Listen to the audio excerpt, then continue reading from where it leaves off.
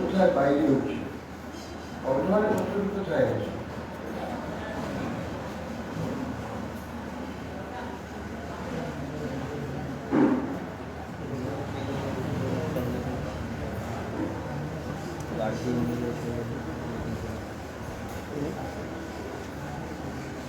ওইখানে বসে অনেক দূরে বসিয়ে দিলে যখন আসবে তখন সবাই সরাই দিলে ঠিক আছে, কালকে ওখানেই হবে, চিন্তা নেই।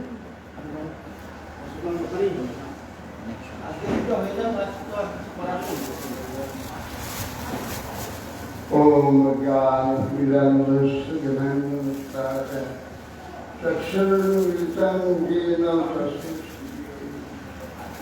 दीर्घां समबुद्धवादमुपासुरन्तं दिव्यां श्रीगुरुकीर्तनसागरेण मुक्तं श्रीगुरुयतीनां भक्तिनमनं श्रीवासिवादिनं वन्दे शिवं वेदान्तपीताम्बरं नाम श्रेष्ठं प्रतिमुक्तमप्रस्वरूपं रूपं दृश्यागजं माधुरीं दुष्टवादी तथा कुन्दं गिरिवरं राधिका माधवासामि प्राप्तदृश्य प्रतिपदित्वया श्रीगुरुं तन्नतुष्ट विजार्ययुगभुक्तिरसं प्रजतुनैर्निरुपाय मामनुभीष्णं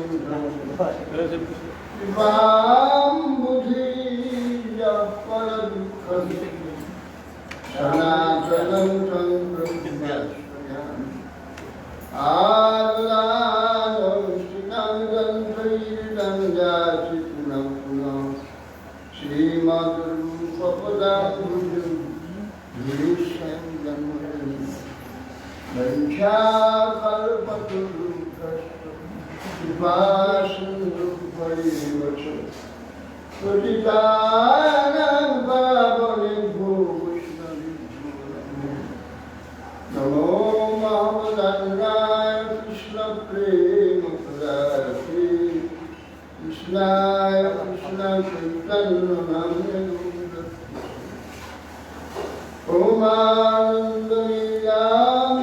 ओमानन्दलीलामणिविग्रहाय हिमामृतिव्यक्षविष्णुप्रदाय तस्मै महाप्रेमरसप्रदाय चैतन्यचन्द्राय नमो नमस्ते अजानुलम्बितभुजौकनकावदातं सङ्कीर्तनैकपितरं कमलायताक्षं कृष्णां भगवतीवरं विगधर्मपालं वन्दे जगत्प्रियकरं करुणावतारम् नम्ये जगदभ्रमुषितरिदम्बराय पुण्यावतं सत्त्वविधिक्षरस्वरूपाय पुण्याश्रये कवलविप्रशान्तेन लक्ष्माक्षीयनिरुपदे पशुपञ्जाय श्यामानि हिरण्यपरिधिं वनमल्लपर्वो धातुप्रबालनप्रदेशमनोगतान् विन्यास्तहस्तविकरेण धुनानं जन्म कर्णपदालकपोलमुखाब्जभात् बर्हातियं नटवरमुपकर्णयुपर्णिकारं बिभ्रद्भाषकनककुपीशं वैजयन्तीं च मालां गन्धार्गेन्द्रधरशिखया पूरयन् गोपबिन्दरी सिन्दारहिणं सपतरमणं राजसद्गीतकृति मयि विरचय दण्डं दीनबन्धोदनुम्बा रुचिरिहन भवत्सखाचिरञ्जाममास्ति विपदशतकोटिनिर्भरं वानबन्ध तदपि कीलपयोदश्रूयति प्रसवलित मृगाक्षि मौलिमणि कलस्मि प्रमुदितं रवै प्रेमवापिमरान् प्रजवरविषवान् पूर्णविद्वानवल्ली स्नपयति दाक्षिराधिकामन् तमादिदेवं कुर्मनिदानं त्वमालवरणं सुविदावदानम् अपार संसार समुद्र सेतु भजमहे भागवतस्वरूपं प्रभजन्तमनुपेतमुपेतनित्यं दैवायन विरोहकातरयादिभाव पुत्रेति तन्मयतया कर्मोगिने दुष्टं सर्वं हृदयं महिमानम् नाय तुलसी कोई प्रियाय केशवस्य विष्णुभक्ति प्रदे देवी सत्यवती मूकं करोति वाचालं पूर्णं भयति यत्किपास्तमो वन्दे गुरुं दिनतारं श्रीकृष्ण चैतन्य प्रभु नित्यानन्द श्री अद्वैत श्रीगदाधर शिवाचार्य गौरभक्तवृन्द हरे कृष्णा कृष्णा कृष्णा हरे हरे राम राम राम। नमस्ते नरसिंहाय प्रहलाद अल्लाह हिरण्यकशिपुर्वक्षशिलाचमकनखाय नारायणं नमस्कृत्य नरं चैव नरोत्तमं देवीं सरस्वतीं व्यासं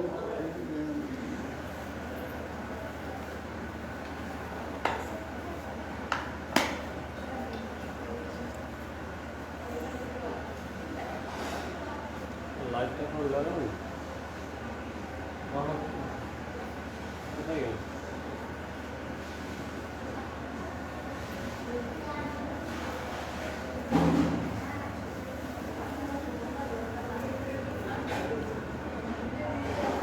কখন তো গেছে জয় জয় হাওয়া যাচ্ছে না একটু টেনে দিলে ভালো হয় একটু টেনে দাও একটু টেনে দাও তোমার স্ট্যান্ড হাওয়াটা চলে হাওয়াটা যাবে দেখতে পাবে একটু স্ট্যান্ড থাকে না আপাতত চলুক এটা ফ্যানটা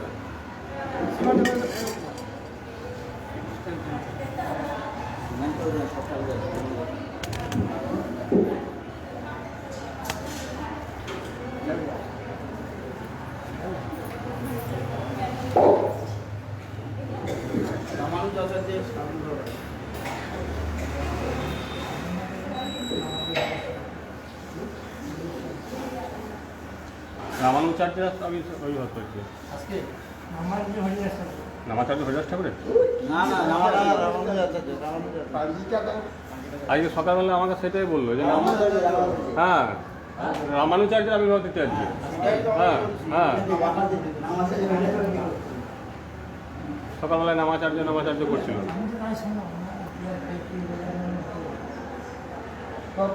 হ্যাঁ আজকে রামানুজের আবির্ভাব आज श्री श्री रामानुजाचार्य आविर्भाव तिथि।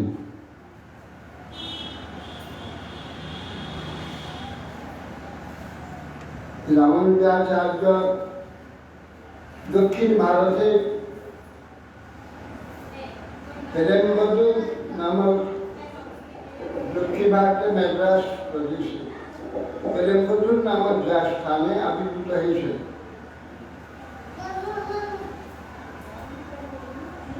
पिता ছিলেন কেশব ভট্ট, মাতা কান্তিমতি। সেই কেশব ভট্টের বিয়েতে আবির্ভূত হয়েছিলেন শ্রী রামানুজাচার্য। জন্মের সময় নাম ছিল লক্ষণ দেশী। অল্প বয়সে পিতা কেশব ভট্ট তিনি দেহান্ত হন। এর পর মাতা কান্তিমণি নিকট অতি নিকটে রামানুজাচার্য পালিত হয়ে তিনি যাদব প্রকাশ নামক একজন মায়াবাদী পণ্ডিতের নিকটে বিদ্যা অধ্যয়নে আরম্ভ করেছে। বিদ্যা অধ্যয়ন করতে করতে সেই যাদব প্রকাশ নামক পণ্ডিত তিনি দেখেন যে রামানুজের প্রতিভা এবং যোগ্যতাদি তাকে পেরিয়ে যাচ্ছে। একদিন সেই প্রদেশে যে রাজা, সেই রাজার কন্যাকে ব্রহ্মদৈত্য পেয়েছিল। ব্রহ্মদৈত্যকে ছাড়াবার জন্যে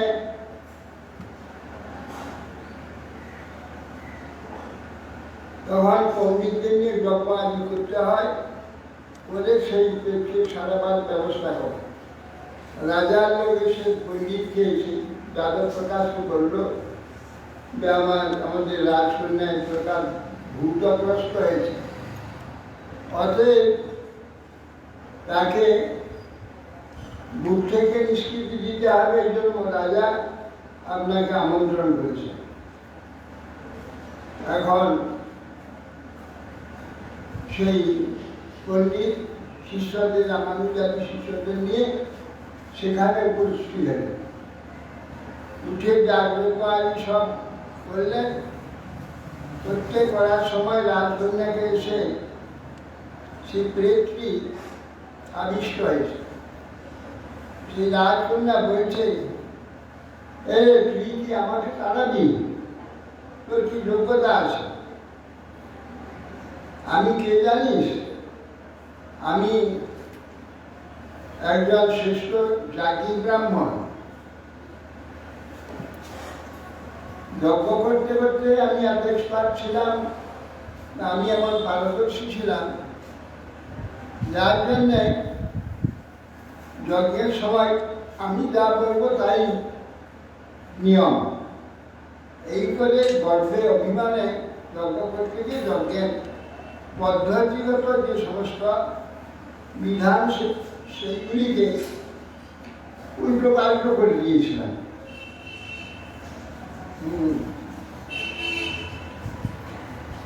এই করে যে যেমন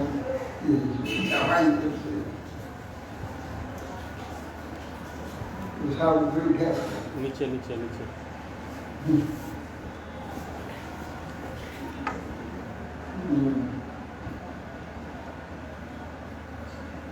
বললাম, তুই আমাকে কি করে এই রাজকন্যা থেকে মুক্ত করাবি?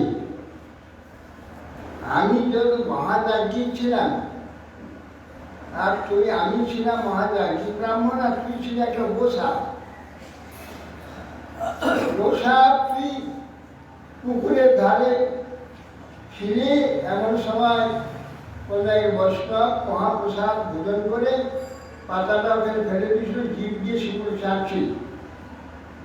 সেই কৃপাতে তুই আজ এত বড় পণ্ডিত ব্রাহ্মণ ঘরে জন্ম হয়েছে।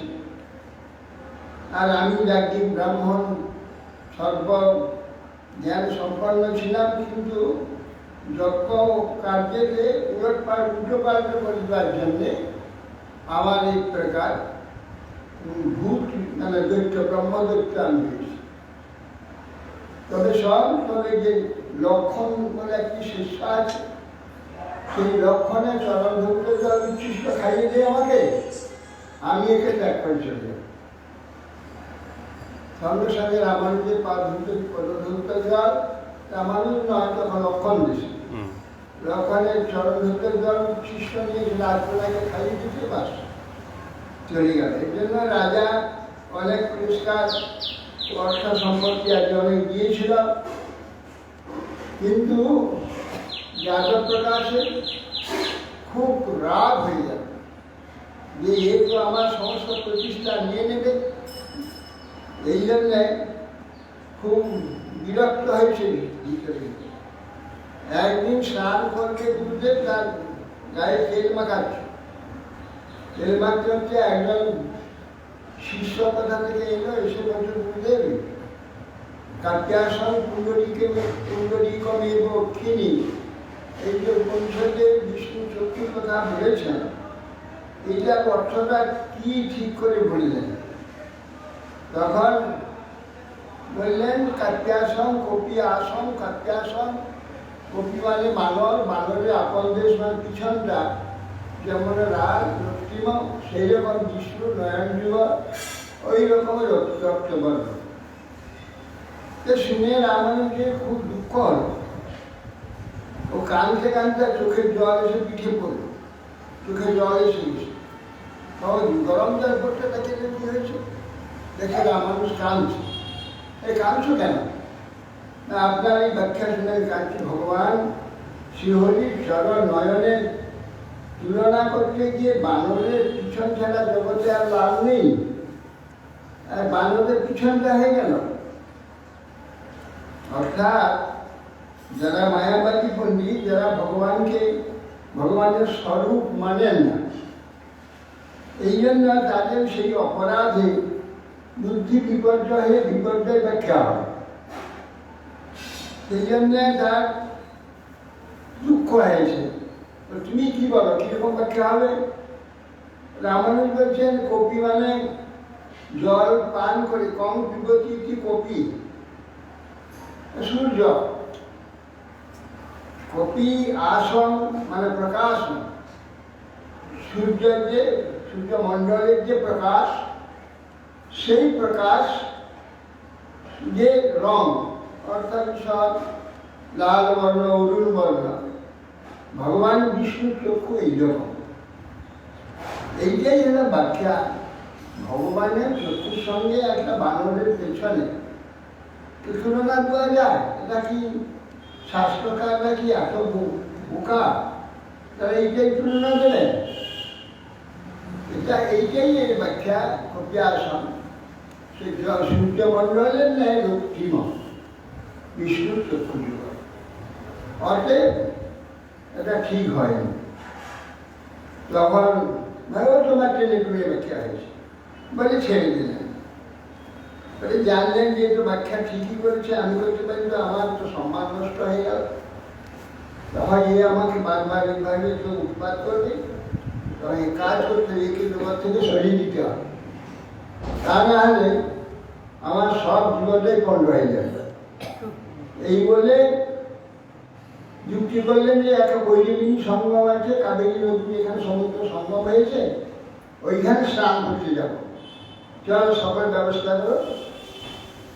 সব গোছ কাজ করে নিয়ে একদিন রওনা হয়েছে শিষ্যদের নিয়ে।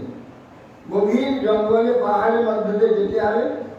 সে গভীর জঙ্গলে পাহাড়ের উপরে উঠে তারা এক জায়গায় তাঁবু ফেলল, সেখানে রাত্রিবাস করবে।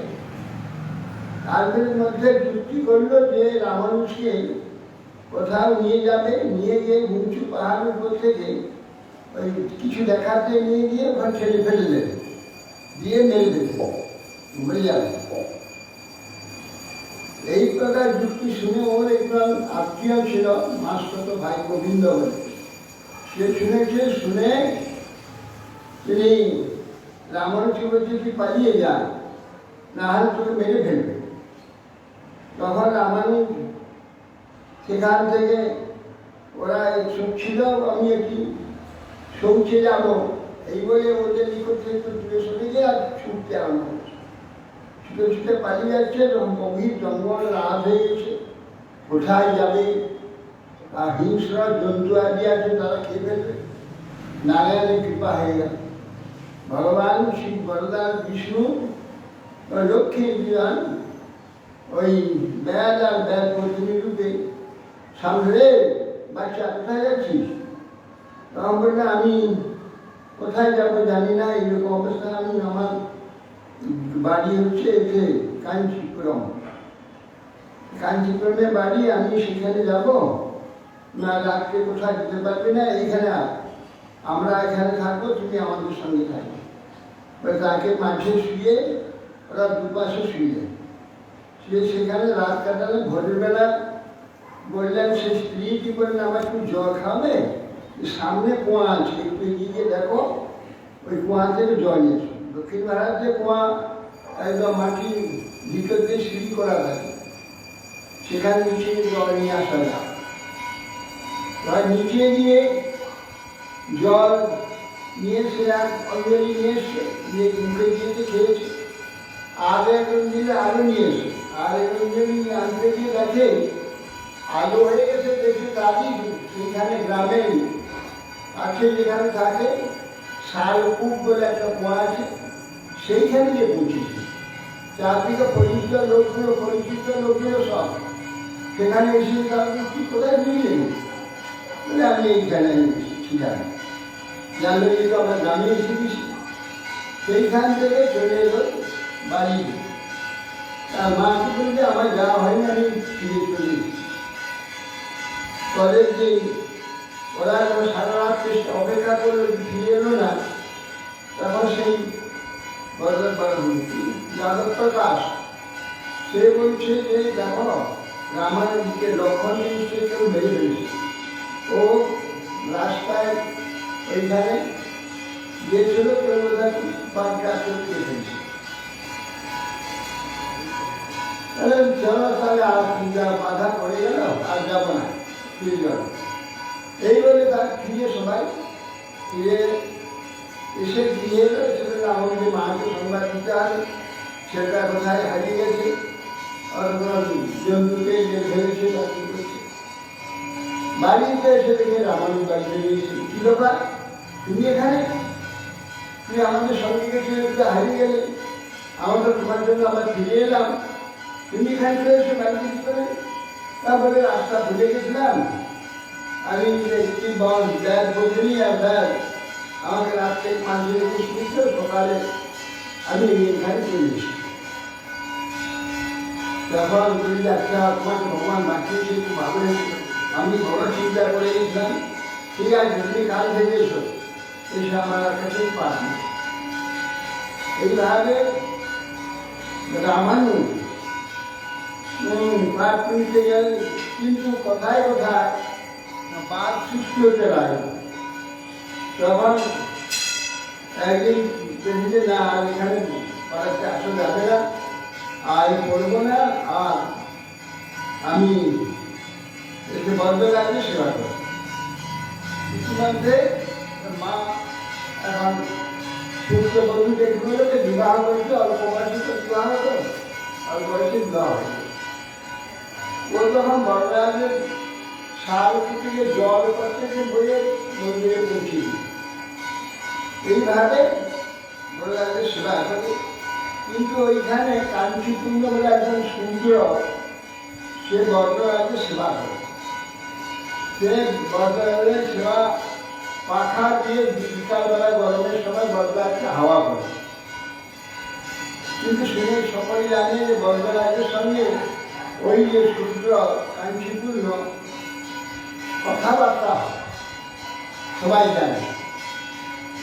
সেই জন্য তিনি ইচ্ছা করেন যে কাঞ্চিপূর্ণ একটু পদধূলির মধ্যে প্রণাম করতে আছে, চিঠি দিয়ে কি করছে, আমি ব্রাহ্মণের ছেলে, এই বলে সে নিজে প্রণাম করে বলছে না না তা হবে না, ওই ইচ্ছা সে একটু পদধূলি নেবে। তখন বলছে যে কাঞ্চিপূর্ণ আমি তো পাচ্ছি না, গুরুদেব পাচ্ছি না, তোমাকে আমি গুরু করবো, এই জন্যে আমি ইচ্ছা করছি তোমার চরণ ধরে। তা কি হয়, আমি শূদ্র আর তুমি ব্রাহ্মণ, তোমাকে কখনো দীক্ষা দিতে পারি? ওসব কথা জাগতিক বিধিতে আছে, পরমার্থ এবং ভগবত উপাসনাতে এই কোনো বিষয় নেই। হ্যাঁ, যেই কৃষ্ণ দত্তবেত্তা সেই গুরু হয়। অতএব সেই জন্যে গুরুত্বে কোনো জাতি, কোনো শাস্ত্র, পাণ্ডিত্য, বিদ্যা, বুদ্ধি, দেশ, কাল, এ হচ্ছে গুরুত্বে কোনো স্থান নেই। যোগ্যতা আত্মচেতনা, চিৎবৃত্তি যেখানে প্রকাশ হয়েছে সেইখানে গুরুত্ব। চেতনতাই হচ্ছে গুরুত্বের লক্ষণ। শরীর, জন্ম, দেশ, গ্রাম কিছু পরিচয় হচ্ছে তার লক্ষণ নয়। অতএব সেই জন্য আমি বলি না তা হবে না, এখানে দেশ গ্রাম নিয়ে আমরা আছি, আর এইসব এখানে চলবে না বলে এগিয়ে গেলেন। তার ভাবলেন যে তাহলে একটু উচ্ছিষ্ট তুমি খাই। সাক্ষাৎ হয়তো বলরাজ কথা বলে ওর সঙ্গে কিরকম চৌপবৃত্তি, এরগুলো কোথায় পাওয়া যাবে? বলরাজ কি যাত্রার হাতে খায়, যাত্রার সঙ্গে কথা বলেন? কিরকম সেরাতে মোহিত হয়েছে, কিরকম তার যোগ্যতা উচ্চস্তরে। ওই মন্দিরে কত ব্রাহ্মণ পূজারী আছে, শ্রেষ্ঠ সব পণ্ডিত আছে, তাদের সঙ্গে কথা বলেন না। কিন্তু এই শূদ্র কাঞ্চীপূর্ণ এর সঙ্গে কথা বলে। কিরকম যোগ্যতার সীমান্তে পৌঁছালে তার ভগবান তার সঙ্গে কথা বলে। এই জন্যে একটু উচ্ছিষ্ট অন্তত যদি খেতে পারি তাহলে আমার মঙ্গল হয়ে যাবে। তখন বললে একদিন নিমন্ত্রণ করলেন যে আপনি কালকে আমার ওখানে প্রসাদ পাবেন। আচ্ছা তাই যাবো।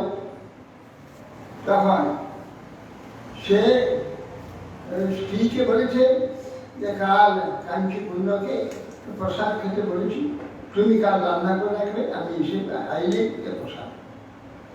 এই বলে তখন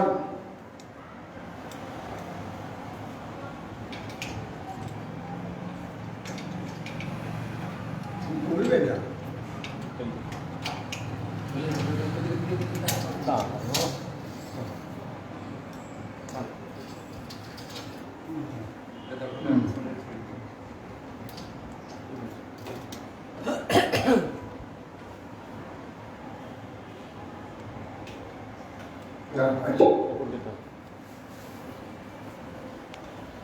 তখন চলে গেলেন বড়দাদের সেবাতে। কাঞ্চীপূর্ণ প্রসাদ পেতে আসবে, এই জন্য আগে থেকে এসে অপেক্ষা করে বসে আছে। কাঞ্চীপূর্ণ জানতে পেরেছে ভগবান যার সব কথা বলেন তার চিত্তে তো সব স্মৃতি হয়। চিন্তা করলে যে নিশ্চয় রামানুজ আমার উচ্ছিষ্ট নেবে, সেই জন্যে ওই কিছু আমার উচ্ছিষ্ট যদি নেয় যে ব্রাহ্মণের ছেলে, তাহলে আমার অপরাধ হয়ে যাবে। দৈন্যে নিজে তিনি বলি যে না আমার যাওয়া চলবে না, এখন ও ঘর থেকে বেরিয়ে দেখছি আমি কোনোরকম খেয়ে পালিয়ে যাওয়া পাতাটা নিয়ে। এখন রামানুজ অপেক্ষা যেন এগুলো দাদা 12টা হয়ে যাচ্ছে। তখন একটু এগিয়ে যাই, একটু কোথায় যেন বেরিয়েছি কেন। কাঞ্চীপূর্ণ বেরিয়ে কিছুটা এগিয়ে গেলেন, এগিয়ে গিয়ে চলে গেছে, উনি এসে লুকিয়েছিল এক জায়গায়। দেখলো রামানুজ বেরিয়ে চলে যেতে চটপট ঢুকে বলছে জামাম্বা। রামানুজের স্ত্রীর নাম জামাম্বা। জামাম্বা আমাকে শিখিরি প্রসাদ দিয়ে দাও, রামানুজ নিমন্ত্রণ করেছিল, আমি খেয়ে চলে যাব। তখন মুশকিল কি কর উপায় নেই, সেটা পাতা দিয়ে তাকে জল দিয়ে বসিয়ে দিয়ে সব প্রসাদ দিয়ে দিল। সে নাকে মুখে কোনো রকম বুঝে দিয়ে খেয়ে পাতাটা তুলে দিয়ে সব উচ্ছিষ্ট সে সব নিয়ে পালিয়ে যাবে। পালিয়ে দূরিয়ে নিয়ে কোথাও ফেলে দিয়েছে, দিয়ে পালিয়েছে। তা রামানুজ অনেকক্ষণ অপেক্ষা দেখলেন যে মন্দিরেও নাই, চলে এসে তখন সে আবার ফিরে এলো। ফিরে এসে দেখেন একটা স্ত্রী ভাত তরকারি যা রান্না হয়েছিল ফেলে দিয়ে বাসন মাজবে। তুই কি করছো? না ভাত তরকারি বলে কুকুরকে দিয়ে দিলাম আর বাসন। কেন? আরে আমি যে কাঞ্চীপূর্ণকে প্রসাদ দেবো বলেছি, সে খেয়ে চলে গেছে। শূদ্র খেয়ে গেছে আর তার উচ্ছিষ্ট আমরা খাবো নাকি? আমি ভাত তরকারি সব ফেলে দিয়েছি, দিয়ে এখন আবার রান্না করবো, তোর খেতে পারবে। তোমার যার একটু উচ্ছিষ্ট খাওয়ার জন্যে আমি এত কষ্ট করলাম, আর এ বলে কিনা শূদ্র ওর উচ্ছিষ্ট খাবো, এই জন্য বড় দুঃখ পেলেন। দুঃখ ব্যক্তি ওখান থেকে বেরিয়ে চলে গেলেন। তারপরে সলেতে ওকে বাপের বাড়ি পাঠিয়ে দিয়ে এর দ্বারা আমার কোনো প্রমাণটা হবে না। না তখন পাঠায়নি। পরবর্তীকালে যখন আমার কাঞ্চীপূর্ণকে জিজ্ঞাসা করলো যে আমার গুরু কে হবে, তুই বরদরাজকে তো জিজ্ঞাসা কর। সেই কাঞ্চীপূর্ণ বরদরাজকে জিজ্ঞাসা করল যে বররাজ এই লক্ষণ বেশি, বলছে তার গুরু কে হবে। তা বরদাস বললেন ওর গুরু হবে মহাপূর্ণ স্বামী শ্রীরঙ্গমে আছেন, তিনি হবেন ওর গুরু। আর আমার যে ভক্ত, সে সকলেই পরমঙ্গল লাভ করে, তাদের মৃত্যুর সময় আমার স্মরণের কোনো প্রয়োজন নেই। তারা সুনিষ্ঠপরে যারা ভজন করে তাদের আমি পরমপদ দান করি। এই কথা রামানুজে বলে দেওয়া। লক্ষণ তো রামের কনিষ্ঠ ভ্রাতা, রামানুজ, এই জন্য বরদরাজ রামানুজ নাম দেন। তখন ছিলেন লক্ষণ, লক্ষণ তো রামানুজ, লক্ষণ না বলে রামানুজ বলে, সেই থেকে রামানুজ নাম দিল। তখন এসে কাঞ্চিপুরে বলে দিল, তোমার ওইখানে রামানুজ মহাপূর্ণ স্বামী তোমার গুরু হবে। এই কথা শুনে তিনি তখন ওই সঙ্গমে যাওয়ার জন্য তার পরদিন বেরিয়ে ছুটতে লাগলেন। এসে যখন দেখে কাবেরী নদীতে বহু লোকের সমাগম, তখন দেখলেন যে তিনি যে কি ব্যাপারটি এখানে, যে এখানে যমুনাচার্য ছিলেন ওখানে, মহাপণ্ডিত এবং গুরু।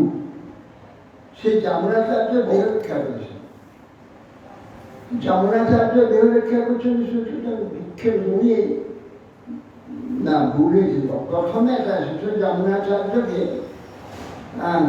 ভুল করার ইচ্ছা ছিল, মহাপুরুষ স্বামীকে না শুনে যমুনাচার্যকে ভুল করতে ইচ্ছা করেছে। সেই যমুনাচার্য দেহ রক্ষা করেছেন। সেই জন্যে তিনি অন্তত মহাপুরুষকে দর্শন করে যায়, আমার দুর্ভাগ্য, দেহ রক্ষা করছেন। এসে দর্শন করে দেখে যে তিনটে আঙুল মুড়িয়ে দিয়েছে। মৃত ব্যক্তির তো এই অস্বাভাবিক অবস্থা হয় না, নিশ্চয়ই না কোনো ইচ্ছা অপূর্ণ রয়ে গেছে। সে ইচ্ছাটা পূর্ণ করার জন্য আঙুল তিনটে রেখে দিয়েছে। তখন বললেন যে শ্রী বেদান্তের শ্রীভাষ্যের বেদান্তের উপরে একটি ভাষ্য আমি নির্মাণ করব, এই প্রতিজ্ঞা করাতে তখন একটি আঙুল খুলে গেল। মহামুনি পরাশরের নামে একটি ভক্তের নামকরণ করব বলতে আরেকটা উঠে গেল। পাঞ্চদশী বিধানে আমি সমস্ত অজ্ঞজীবদের দীক্ষা দান করে তাদের ভজন পথে নিয়ে আসি বলে আরেকটা আঙুল খুলে গেল। তখন সকলে জানেন যে এই তো তাহলে এই ভবিষ্যতে এই শ্রীরঙ্গমের গুরু হবেন। সকলে বলে তোমাকে এখানে থাকতে বলে, না না, শ্রীরঙ্গনাথ নিষ্ঠুর, আমি একটু গুরু করবো বলে আসছি, আপনি দেহ রক্ষা করলেন, আমাকে তো দর্শন করতেই দিলেন না, আমি এখানে থাকবো না বলে ওখান থেকে পালিয়ে গেলেন। বহুদিন পঠন পাঠন সব বন্ধ হয়ে আছে। তো সকলে যুক্তি করলেন যে রামানুজকে এবার নিয়ে এলে হয়, এখানে পঠন পাঠন শিষ্য আদি হবে, আর এখানে লোকে কথা শুনবে। তো রামানুজকে নিয়ে আসার জন্য সব যুক্তি করে তখন ওকে পাঠিয়েছিল কি বলে মহাপূর্ণ স্বামী। আর উনি গুরু খুঁজতেন যখন ভগবান বলেছিলেন যে মহাপূর্ণ স্বামীটা, এরপরে যখন জিজ্ঞাসা করলেন তখন মহাপূর্ণ স্বামী তার গুরু এই কথা বলে দিতে, তিনি তারপর দিন আবার রওনা হয়েছেন মহাপূর্ণ স্বামীর অন্বেষণে। দ্বীপ প্রহারে একটি পুকুরের পাড়েতে ছায়া বটগাছ আছে, সেইখানে গিয়ে জল পান করে ওখানে বসে আছে। আমার সঙ্গে এখানে এই মহাপূর্ণ স্বামী আসছে, তাই চিনে না। এসে তিনিও সেখানে গেলেন যে তুমি কে। উনি তার স্টেজ দেখে এবং তাকে বয়স্ক লোক দেখে, ব্রাহ্মণ দেখে তিনি এসে প্রণাম করলেন। প্রণাম করে তুমি কে? না আমার নাম রামানুজ। বলে ও, তোমার জন্য তো আমি এসেছি। আপনার নাম? আমার নাম মহাপূর্ণ স্বামী। ও বলে আমাকে তো বড়দাজ আদেশ করেছেন যে আপনি আমার গুরু হবেন। বলে আমিও আদেশ পেয়েছি রঙ্গনাথে। রঙ্গনাথ বলছে তুমি শিখিয়ে যাও, রামানুজকে শিষ্য করো। সেই জন্যে আমি এসেছি। না তার তুমি স্নান করে এসো, তোমাকে এইখানে দীক্ষা দেবো। মহাপূর্ণ রামানুজ স্নান করে এলেন, মহাপূর্ণ স্বামী তাকে দীক্ষা দিলেন। দীক্ষা দিয়ে বলছে দীক্ষা নিতে হবে না, তামিল বেদ পাঠ করতে হবে। তাহলে আপনি আমাকে তামিল বেদ পড়ান, আমার কি আসুন সস্ত্রীক থেকে পড়া। সস্ত্রীক ওখানে গিয়েছে, বহুদিন তামিল বেদ পড়িয়েছিল। একদিন কুয়ায় জল তুলতে গিয়ে দুজনে তার গুরুদেবের পত্নী জলের ফটা কিছু জল চলকে রামানুজের স্ত্রীর ভরাতে পড়ে গেছে। তখন চাই তোমার একটা বিচার নেই, বিচার নেই, আমি জল তুলছি, আমি কুলিনের মেয়ে, আর তুমি তোমার জলটা আমার জলে পড়ে গেল, আমি জলটা খাবো কি আবার এই কুয়াতে জল ফেলে আবার জল তুলবো, আমার কষ্ট হয়ে যাবে, তুমি একটুভাবে জল কেন তুললে, এইসব যা থাকার গালা গেছে। তখন এসে সে কেঁদে, তখন তার স্বামী মহাপূর্ণ স্বামীকে বলছে যে তুমি শিষ্যের বাড়িতে আসো, শিষ্যের বউ কিরকম আমাকে অপমান করলো, বলছে যে আমি কুলিনের মেয়ে আর তুমি কুলিন নও ইত্যাদি বলে আমাকে তোমার জল আমার জলে পড়লো, এইরকম অপমান করছে। বাহ, আমি গুরু, তুই গুরু পত্নী, আর সে এত ছোট হয়ে গেল আর কুলিন এত বড় হয়ে গেল, আর এখানে থাকা যাবে না, চল পালিস। জিনিসপত্র নিয়ে ওটা রামন চলে গেছে আগেছে বরদাদুর খান, সেই সময় ওরা পালিয়েছে। ফিরে এসে বলি গুরুদেব কোথায়, রামাম্মা বলে কোথায়, কিরকম বিবেচনা দেখেছ, ওর ঘোড়ার জল আমার ঘোড়ায় ফেলে দিয়েছে। আমি সেই জন্য বললাম যে তুমি তোমার একটা বিবেচনা নেই, বলছিলাম। তখন বলে আদি সর্বনাশ, এ তো গুরুপত্নীকে ঘৃণা করে, নিজ মনে করে, এর সঙ্গে তো আর কিছু কল্যাণ হবে না, কোনো মঙ্গল হবে না। তো আমি ওকে ছলে বাপের বাড়ি পাঠিয়ে দিয়ে উনি ঘরে তালা দিয়ে এসে নিজেই অগ্নি প্রজ্বলিত করে নিজেই সন্ন্যাস দীক্ষা নিয়ে সন্ন্যাসী আর গৃহেতে যায়নি। এইখানে নিরন্তর বদরাজের সেবা এবং ভগবানের দর্শন, ভগবানের নাম কীর্তন, ভগবত জপ, এইসব এখানে পঠন পাঠনাদি করতে লাগে। তখন ওখানে যখন বারবার লোক আসছে যে রামানুজ তোমাকে ওখানে নিয়ে যেতে যাচ্ছে, তখন রামানুজ বলছে বড়দারাজ আমাকে হুকুম দিলেই তবে আমি যাবো, আমি তাহলে যাবো না। কেন ওখানে রঙ্গনাথ আমাকে কৃপা করেনি, যমুনা ঘাটে দর্শন হয়নি, বড়দার যদি কৃপা করেন তাহলে আমি যাবো। তিনি বলেন যাও, তাছাড়া বড়দার বলছে না, খুব সেবা করে যত্ন করে, খুব ভক্ত বড়দার করছে না। ওখানে সমস্ত রঙ্গনাথের কাবেরী তামিলনাড়ুতে, ওখানে ওরা যুক্তি করে সেই মন্দিরে, রঙ্গনাথ মন্দিরে সব যত ব্রাহ্মণরা ভক্তরা আছে সবাই বলছে কাজ করা যায় যে রঙ্গনাথ যদি কৃপা করেন তাহলে অবশ্য আনতে পারবো। বড়রঙ্গ বলে একজন ভক্তকে, সে ভালো গান গায়, ভজন গায়, তাকে বললেন যে তুমি যাও ভজনকে বড়দাকে প্রসন্ন কর। তখন উনি সেই বড়রঙ্গে এসে সকাল থেকে গান, সেই তার যন্ত্র বাজিয়ে গান শুরু করে বরদান ভগবানের মহিমা কীর্তন করছে সারাদিন। রাত্রেতে নিদ্রা এসে গেছে, গান করতে করতে নিদ্রা আসে। সেই সব দেখলো বরদান বলছে শোনো, তুমি কাল প্রভাতে রামানুজকে এখান থেকে নিয়ে যাও। আর রামানুজকে স্বপ্নে বললেন যে তুমি সেই কাবেরী নদীর তীর শ্রীরঙ্গ মন্দিরেতে রঙ্গনাথ মন্দিরে চলে যাও। আদেশ করতে তখন সকালে উঠে তার বসে বললেন যে আমাকে তো আদেশ করছে, আপনি এসেছেন আমাকে আনতে? হ্যাঁ, আমাকে আদেশ করেছেন, আমি যাবো সব। এই বলে রামানুজ এলেন এখানে কাবেরীর তীরে শ্রীরঙ্গনাথ মন্দির, যাতে ঘটিটার কথা বইটা নিয়ে যায়। তখন ওখানে গিয়ে তিনি পঠন পাঠন এই সমস্ত আরম্ভ হলো, শাস্ত্র পাঠ আদি শাস্ত্র পাঠ করতে লাগলেন। আর বহু শিষ্য আর ইত্যাদি সব জুটে গেল। একদিন রঙ্গনাথের রথযাত্রা আছে, রথযাত্রার মন্দিরের তো 7টা গেট আছে, 7টা ফাঁকা পাঁচিল আছে, 7টা পাঁচিলে 7টা দরজা আছে, সামনে 7টা পিছনে 7টা। তার মধ্যেই ওই রঙ্গনাথের রথ হয়। বহু লোক হয়েছে সেই রথযাত্রায় রঙ্গনাথের যে বিজয় মূর্তি আছে, অষ্টভাবী বিজয় মূর্তি, সেই বিজয় মূর্তি রথে চাপিয়ে সকলে সব গান করতে হতে বাজনা বাজাতে বাজাতে তখন রঘুনাথের মন্দির পরিক্রমা।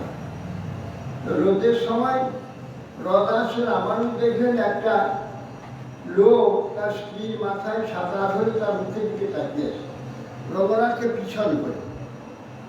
কিরকম লোক, তো অদ্ভুত একটা লোক, তার মেয়েকে মুখটা দেখছে আর রঘুনাথকে পিছন করে। তখন তার একটু সেবকগুলোকে ডেকে আনো, ডেকে নিয়ে এলেন।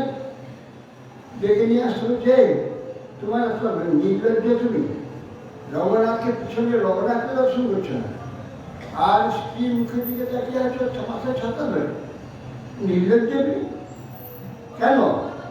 বলে আমার স্ত্রীর যে দুটো চক্ষু, এইরকম চোখ আমি জগতে কোথাও দেখতে পাই, সেই জন্য এই চোখটাকে আমি সবসময় দেখতে চাই।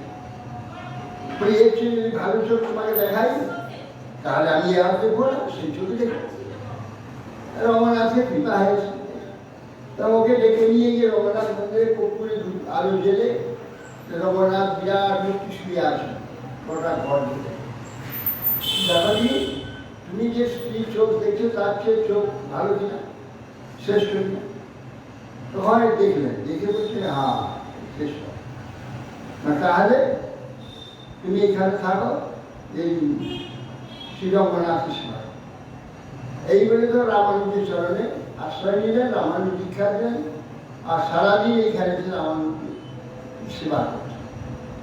এই করতে করতে তার এমন সেবার নিষ্ঠা, সেইটা সে প্রমাণ পেয়ে রামানুজ তার তার সমস্ত কিছু সেবা থাকে। আমি স্নান করতে গেলে তখন রঙ্গনাথে রামানুজকে হাত ধরে লেখা বেরিতে সেই নামাবে।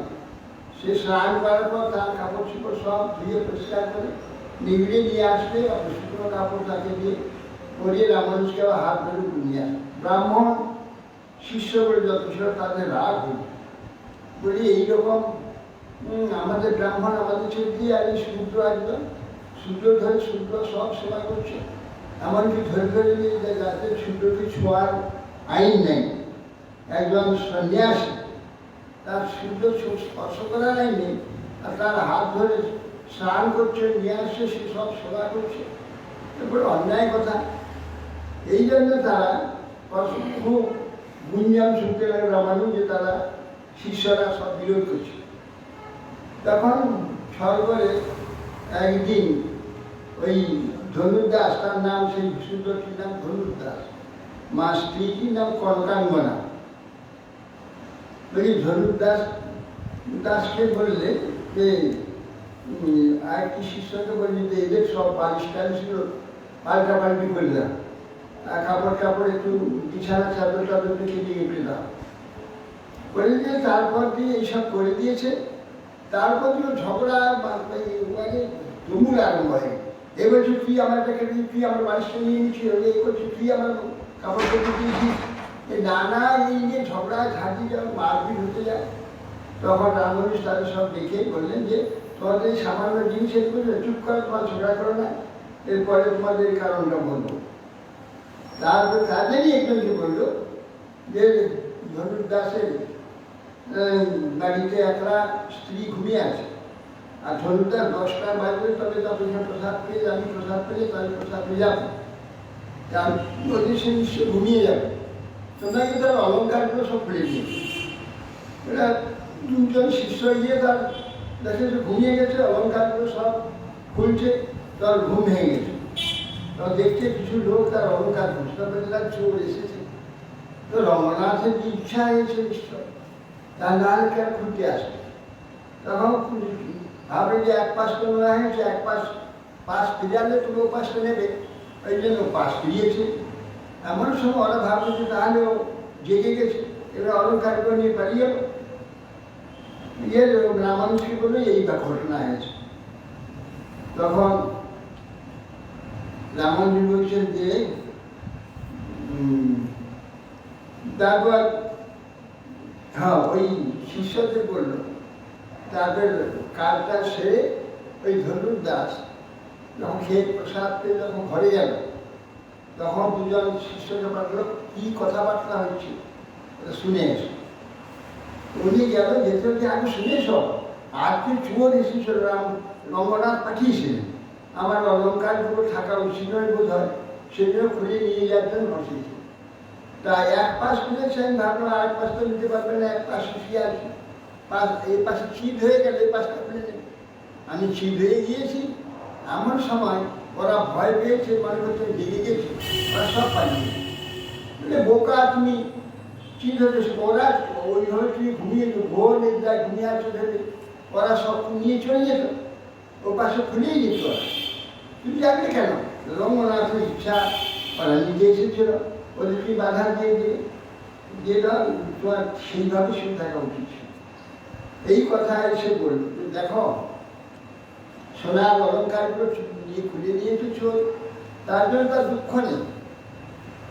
সে বলছে যে আমি ওটা নিয়েছে, রঙ্গনাথের ইচ্ছা নিয়েছে, তাহলে তার এই পাশটাও নিয়ে নি, সেই জন্য সে খুঁজছে পাশ খুঁজছে। দেখো কিরকম নিষ্ক্রিয় হলে আর এইরকম কথা বলতে পারি।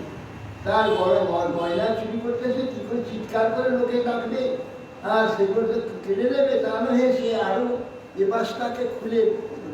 দেখো সে নিষ্ক্রিয় লোক, যেহেতু ধনুর্দাস পরম ভক্ত, পরম গুরু সেবক, তার প্রতি ভগবানের পরম প্রসন্নতা, আর সেই জন্যে দেখো তার নিষ্ঠতে তার সেবা করে বলে তার স্ত্রী, তারও চিত্ত সে কমে গেছে। এরকম হয়, যদি কোনো উত্তম স্ত্রী হয়, উত্তম ভক্তিমতী, তার প্রতি যদি অভক্ত হয়, সেই যে স্ত্রী ভক্তিমতী স্ত্রী, তার ভক্তিতে ওই প্রতি একদিন পরম ভক্ত হয়। সংসর্গ ইয়া দোষা। আর এই ধনুর্দাসের ভক্তিতে ওই স্ত্রীর কোনো সে সঙ্গ করেনি, কিছু করেনি, ওই ধনুর্দাসের সেবা করেই সে পরম ভক্তিমতী হয়েছে। আর ভক্তিমতী নেই, অনাসক্ত, বিষয়ে অনাসক্ত, বিষয় অনাসক্ত। দেখো বলছি যে দেখো কিরকম কিন্তু অনাসক্ত।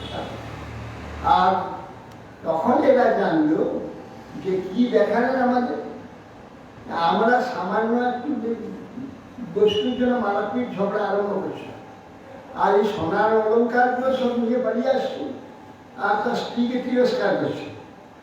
কি প্রকার এমনি ভক্ত। এবার ধনুর্দাসের যেই মহিমা জানতে পেরে তারা খুব লজ্জিত হয়। রামানুজ বুঝিয়ে দিলেন যে দেখো, অনাসক্ত না হলে, বিষয়ে অনাসক্ত না হলে কখনো পরমার্থ জগতে প্রবেশ অধিকার হবে। পরমার্থ জগতে প্রবেশ করতে হলে বিষয় আসক্তি শূন্য হতে হবে। তাই পরমার্থ বিষয়টা হৃদয়ে স্ফূর্তি হবে, আর জগৎ বিষয়ে আপনি মুক্ত হয়ে যাবেন। সেই জন্যে সেইটা রামানুজ দেখেন। রামানুজ এইভাবে পঠন পাঠন এবং সমস্ত এই শঙ্করাচার্যের যে মায়াবাদ খণ্ডনাদি সব নিরন্তর করছে। একদিন রামানুজ সভাতে হরিকথা বলছেন, একদিন দেখলেন যে সেই মহাপূর্ণ স্বামী এসে সাষ্টাঙ্গে দণ্ডবোধ করছে। তো সকলে অবাক হয়ে ভয়ে সকল সঙ্গে কি ব্যাপার, রামানুজ তার শিষ্য পাঠ করছে, গুরু এসে প্রণাম করছে। তখন সেই রামানুজ চুপ করে নিচের দিকে মাথা করে বসে আছে। তো উনি চলে যেতে কিছু শিষ্যর পিছনে পিছনে বলছে যে আপনি আপনার শিষ্য ওই ব্যাসাসনে বসে আছেন বলে কি আপনি প্রণাম করলেন? কি জন্য প্রণাম করবেন? আমার শিষ্যকে প্রণাম করবো কেন? কাকে প্রণাম করেন? না, আমি দেখলাম আমার গুরুদেব, সাক্ষাৎ আমার গুরুদেব ব্যাসাসনে বসে আছে, আমি গুরুদেবকে প্রণাম করলাম। আচ্ছা, তারপরে আমার যদি যে আপনার গুরুদেব প্রণাম করলেন, আপনি দেখেছেন? না, আমি তো দেখলাম। তা আপনি প্রণাম করলে গুরুদেব, আপনি কিছু বলবেন না, আপনি সংকুচিত হলেন না? আমি সংকুচিত হব কেন? আমাকে যে প্রণাম করতো তাহলে আমি সংকুচিত হলাম। আমাকে প্রণাম তুমি করবেন, তুমি গুরুদেব, আমি শিষ্য। প্রণাম তিনি কাকে করছেন সেটা তো আমি জানি না। তার কার্যতে আমি বাধা দেবো কেন? সেই জন্য আমি চুপ করেছিলাম। তার ইচ্ছা যেমন সেটি তার ইচ্ছাতে তার কার্যতে বাধা দেওয়ার অধিকার আমার নেই। এই প্রকার আমাদের তার বিচারের পরিসীমা। এক সময় তিনি ভূবৈকুণ্ঠ হচ্ছে ভেঙ্কটেশ্বর, সেই ভেঙ্কটেশ্বর কয়েকটা শিষ্যকে নিয়ে যাচ্ছেন। 12 মাইল পাহাড়, 12টা পাহাড়, 7টা পাহাড় পার হয়ে যেতে হবে ভেঙ্কটেশ্বর। তখন হাঁটার রাস্তা ছিল, সেই হাঁটার রাস্তায় যাচ্ছে। দেখে যে বিগ্রহ ধরা হয়েছে, মাঝে একটা শিষ্যের বাড়ি আছে, তো ধনী শিষ্য, একটা ব্রাহ্মণ ছিল গরিব শিষ্য, তার নাম হচ্ছে বরদাচার্য। সেখানকার গাছের গোড়ায় বসে নিজের শিষ্যকে বড়লোকের বাড়ি পাঠিয়ে যে আমি আসছি এটা নিয়ে যান। তারপর সেখানে গিয়ে জানালো বড়লোক শুধু ঘুরতে পারছে। তখন আনন্দে ছুটিয়ে ঘরে স্ত্রীকে বলে ঘুরতে আসছে, কিছু ব্যবস্থা কী করা যায় বড় কি, এই বলে ওরা আলোচনা করতে আরম্ভ করেছে। এটা বড় আশা করে এইটা করবো, এইটা করবো, এইটা করবো, এইসব আলোচনা করছে। আর ওরা দুজন যে দাঁড়িয়ে আছে ওখানে ভুলে গিয়েছে। ওরা অনেকক্ষণ দাঁড়িয়ে দেখলে ঘরে বেরোলো না। তখন আরো দুদিন আসে বলে সেই জন্য খরচা হয়েছে বলে জন্য আর আসছে না। ওখান থেকে চলে এসে তখন রামানুজকে বলেছেন যে দেখো আমার আপনি যে পাঠালেন, আর ওই বড় লোককে যখন বললাম যে বুঝতে পারছে, তো আনন্দে ছুটে চলে ঘরে। তাহলে গিয়ে আর এলো না, দীর্ঘ সময় অপেক্ষা করে আমরা চলে এলাম। তখন বলছি দেখো ধন প্রচুর থাকে মানুষ, হ্যাঁ, তার এই দুর্দশা হয়। সেবা করতে গিয়ে সেবার বিপরীত সেবা আর হলো না। সে এত ধন আছে, কি খাওয়াবে, কি করবে, এই কিন্তু সেই যে তারা এসেছিল ভক্তজন সংবাদ দিয়ে, তাদের অন্তত কিছু সৎকার করতে হবে, তারা শুধু কথা বলতে হবে, কিছুই করবে না, এই অবস্থা। সেই জন্য বলছি যে ধন প্রচুর থাকলে তাদের অবস্থা এরকমই হয়। যার দিকে গরিব শিষ্য আছে একজন বরদাচার্য বলে, তার বাড়িতে গেল, গিয়ে দেখেন সে নাই ঘরে, তার স্ত্রী ঘরে কাজ করছে, শতচ্ছিন্ন বস্ত্র, গাটা ঢাকা দিলে এরকম কাপড়টুকু নাই। বলছে যে গুরুদেব আসছে, গুরুদেব আসছে, হ্যাঁ গুরুদেব আসছে, কি করবো? তখন ওদের যে বসতে দেবে একটু জায়গা নেই, এরকম অবস্থা। তার বলছে যে যাও গুরুদেবকে নিয়ে এসো, আমি গুরুদেবের যা পারি সেবা করবো। ওদের বলে দিলেও চিন্তা করলেন যে তাই উপায় কি, একটা শেখ, ওর বাড়ির কাছাকাছি একটি শেখ থাকে, তাদের বড় বড় ধনী সে বারবার ওর রূপ দেখে ওকে আকৃষ্ট হয়েছে, যেন বারবার না কথার ছলে নানা প্রকার ওকে প্রলোভন দেখে আমি ধন দিতে পারি, টাকা দিতে পারি, বস্ত্র দিতে, এত বস্ত্রে আছে কেন আমার কাছে না, মানে যাতায়াত হোক করে তার প্রতি তার যে আকর্ষণ সেইটা প্রকাশ হবে। সে কিন্তু কোনোদিন পাত্তা দেয়নি, চিন্তা করে আজকে গুরু সেবার জন্যে যা কিছু করার হয়ে যায় করবে, এই চিন্তা করে ছুটে যাবে। ছুটিয়ে বলে দেখো কিন্তু বহুদিন আমাকে নানা বস্তু দেবে বলে বহু চেষ্টা করেছে, আমি কিছুদিন তোমার কাছে নেই কিছু, আমরা ভিক্ষা করেই আমাদের জীবন চলছে। আজকে আমার সেই গুরুদেব এসেছে, তুমি আমার গুরু সেবার জন্য যা প্রয়োজন দাও, তোমার যা ইচ্ছা আমি তার সবই প্রয়োগ করবো। আরম্ভ হয়ে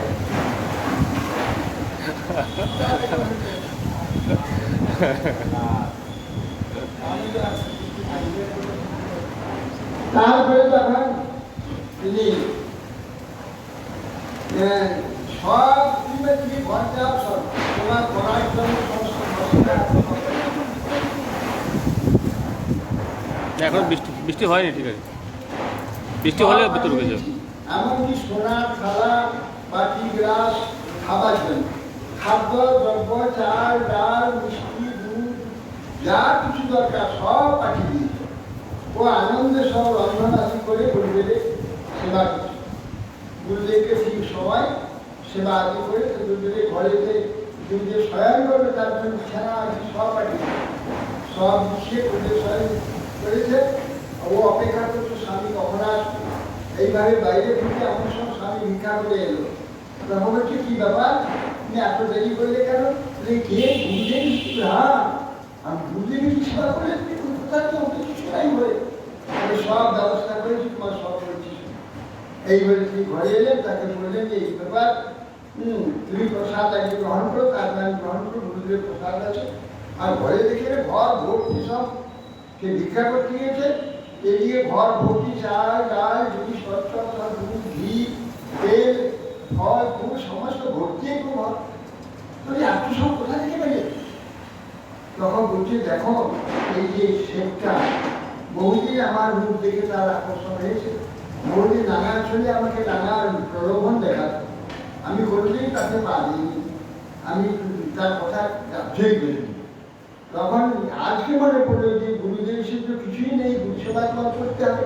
যদি লজ্জায় নোংরা একটা শরীরের বিনিময়ে যদি গুরুবার পদ্মে সেবা হয় তাহলে আমার জন্ম সার্থক হয়ে যাবে। আমি সেই জন্য ইচ্ছা পূর্ণ করবার জন্য কথা দিয়েছি, সে সমস্ত আমাদের পাঠিয়ে দিয়েছি। খাদ্য দ্রব্য আর কিছু দরকার সেবার সমস্ত প্রাপ্ত হয়েছে, বস্ত্র বস্ত্র খুব আনন্দের কথা। সঙ্গে সঙ্গে তো ঘুরে জড়িয়ে গেছে, আরে তুই কি মহাভাগ্যবতী, আমি গুরু সেবার জন্য জীবনটাকে উৎসর্গ করে দিয়েছি। আর আমি ভাগা আমার কিছু পারি নাই, ভাগ্যে নেই, আমি গুরু সেবা কিছুই করতে পারি না, তুই এইরকম গুরু সেবা করতে পারবি, ধন্য তুমি। এইভাবে খুব প্রশংসা করে গুরুদেব প্রসাদ করে প্রসাদের রাত্রেতে আমার গুরুদেবের উত্তম রূপে সব রন্ধন আদি করে উত্তম রূপে তার সেবা আদি করলে, উত্তম রূপে সেবা করে তারপর গুরুদেবের একটু প্রসাদ নিয়ে তখন বলি যে দেখো তুমি চলো, তোমাকে আমি পৌঁছে দিচ্ছি। হ্যাঁ, তখন কিরকম স্বামীও সেই গুরু সেবার কিরকম তার সে বললে তোমাকে আমি সঙ্গে গুরুদেব প্রসাদ নিয়ে তাকে নিয়ে তার বাড়ি থেকে পড়ানো আসছি, মাঠ করলো দেখে না শুয়েছে, স্বামী জুড়ে দাঁড়িয়ে আছে। ঘরের মধ্যে প্রবেশ করে প্রসাদ নিয়ে বলছে তুমি আমি গুরুদেবের একটু প্রসাদ দিয়েছি, তুমি প্রসাদ একটু খাও। তাকে প্রসাদ একটু খেতে দিই, প্রসাদ খাওয়ার পরে সর্বাঙ্গটা আগুন নিয়ে চলে যাবে, আর জলদি আগুন করছে দাদা আমি মরে গেলাম বলে চিৎকার করছে। এমন সময় সেই বর্তমান কি বলে বড়দা বদ্রাচার্য ছুটে এসে কি হলো না এই প্রসাদ খাওয়ার সঙ্গে সর্বাঙ্গ জ্বলে যাচ্ছে, সর্বাঙ্গ জ্বলে যাচ্ছে। তখন বলছে একটা কাজ করে চলো আমার বুদ্ধির খেয়ে তোমাকে নিয়ে যাবি, তোমার জানে আর পা থেকে মাথা পর্যন্ত আগুন হয়ে চলে যাচ্ছে। ধরে নিয়ে গেল, গিয়ে শ্রীরামানুজ চলে গিয়ে পড়লেন কি হয়েছে, স্বল্প কথাটি শ্রীরামানুজ বললেন। বলতে তখন বলছে আরে আরে তুই এমন আসন্ন, তুই এই যে স্বর্গীয় রমণীয় মহাসতী, একে তুমি হচ্ছে ভোগ করবার জন্য তুমি চেষ্টা করেছি। আরে নারদিত সর্বনাশ ঠিক এই বলে তখন তাকে এক চর মেরে গোটা গায়ে হাত ধরে দিলে, সঙ্গে সঙ্গে শরীরটা তার নির্ভর হয়ে গেল।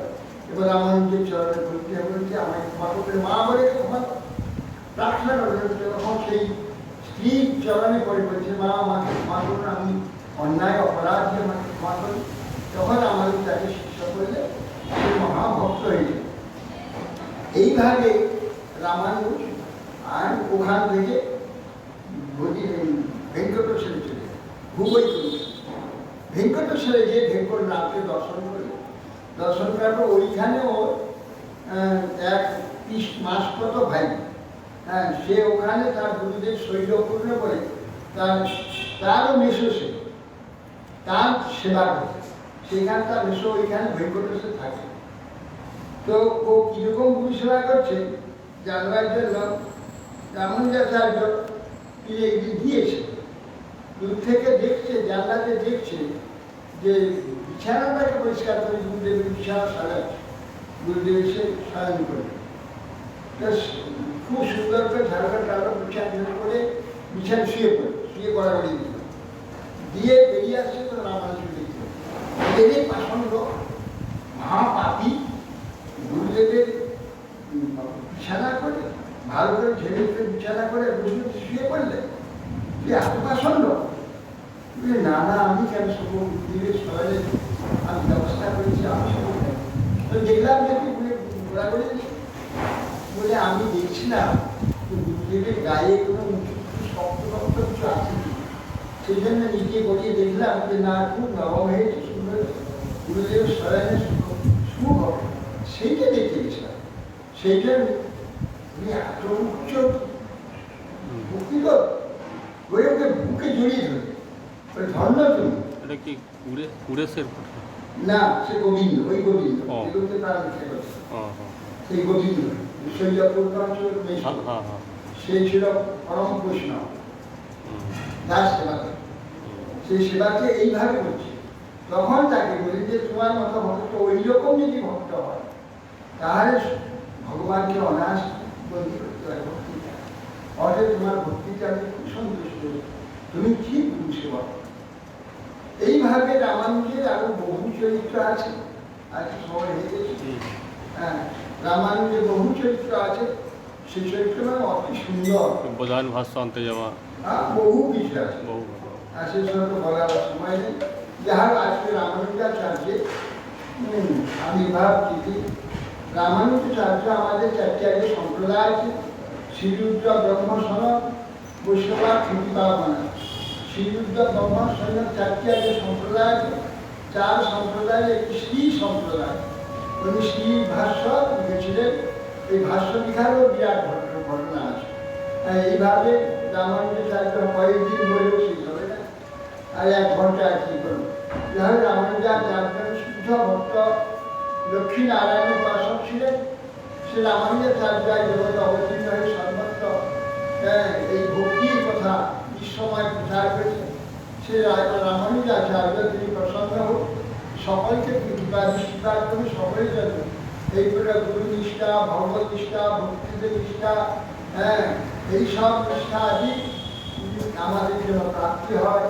ভগবান কৃপা করুন, আমাদেরকে আশীর্বাদ করুন। এই করে ভগবানের পাঠ করবে, অনুষ্ঠান আমাদের পাঠ করবে। অসংখ্য ধন্যবাদ, শাস্ত্রাঙ্গ ধন্যবাদ করে না পাঠ করতে প্রার্থনা প্রসন্ন হয়ে আমাদের পঞ্চা ভাষ্য বিজ্ঞান ভগবানের বহু বৈষ্ণব।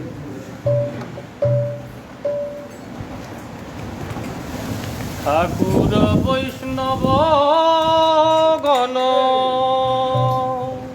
পদ কত করবো? জল পড়ছে নাকি? ঠাকুর বৈষ্ণব পদ অবনীর সুসম্পদ বৈষ্ণব পদ অবনীর সুসম্পদ। শুনো ভাই হইয়া এক মন, শুনো ভাই হইয়া এক মন।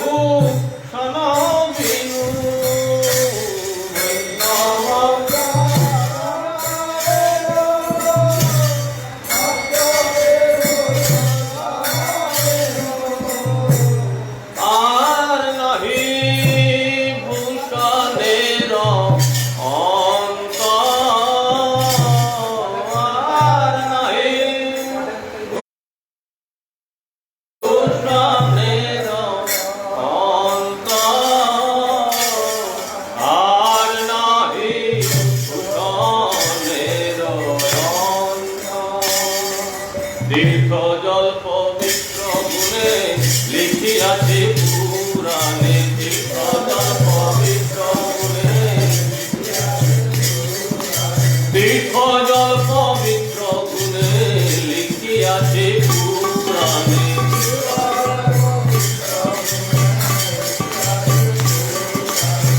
সেসব ভক্তি প্রবঞ্চন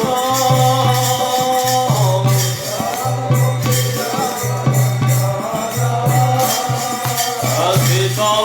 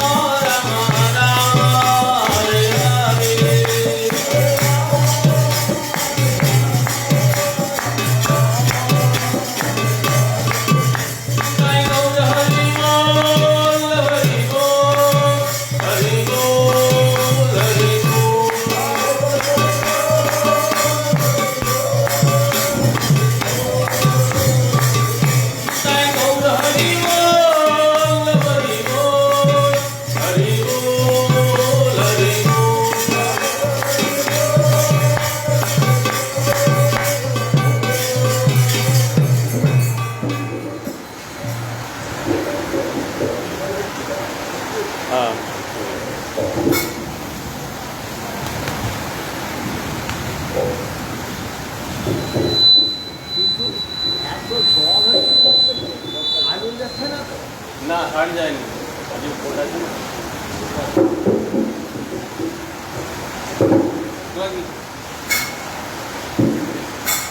নম নম তুলসী মহারানী মহারানী নম নম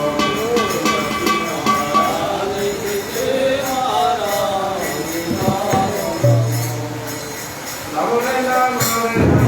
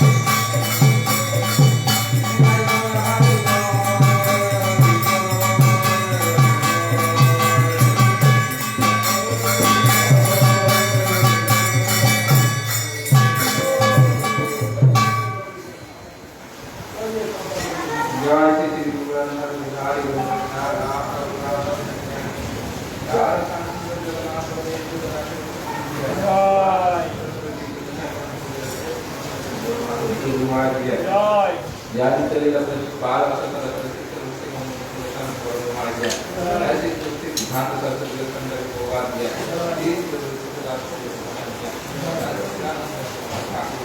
जय वचन काम से हमना दास जय दुर्योधन का तुझे बोले क्या सुन किया जय श्री कृष्ण का तुझे खाक किया जय श्री कृष्ण रात को का को किया ये बोल मतलब नाम तो आदि मुझे हम स्थान में से या तो हर पर से जो किया जय जगन्नाथ पर देख सुंदर जय विष्णु महत्वपूर्ण करुण काल भवानी को देख लिया जय नाटक मूर्ति और नदी को दी दृष्टि ज्ञान की सुधार कृष्ण में शांति है जय नाम से जय को बोले जाए या की जाए जय और मंदिर के तुम दर्शन से हमारी ये महाराज के मंदिर सत्संग नाम के खराब हो जाने किया कुल प्रकार की भोग नाम को महाराज जय जय किया जय कृष्ण भगवत की जय जय कृष्ण जय नंदा जय कृष्ण सूर्य गोस्वामी की जय जय आनंद को आगु की महामंत्र की जय जय कृष्ण चैतन्य की जय गदा जय जय जय प्रभु कृष्ण भगवान की जय जय प्रभु आत्मा की जय महाराज की जय जय प्रभु श्री कली महाराज की जय जय हमारे सन्यासी की जय ब्रह्मचारी नंदन की जय दुकान ऊपर की जय बिना की हमारा तो जय जय बोलो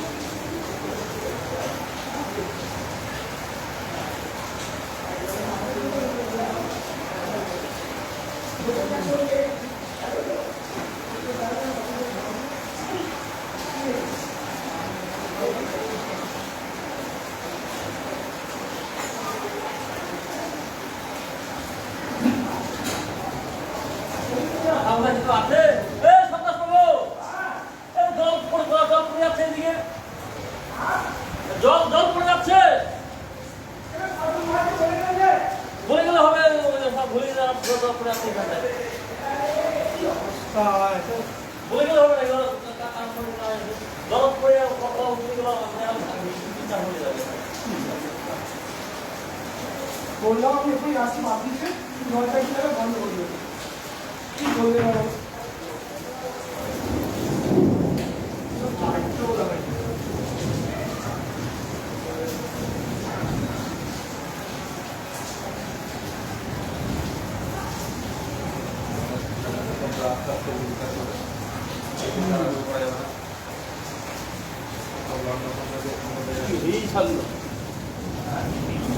এই এখনো বন্ধ করেনি।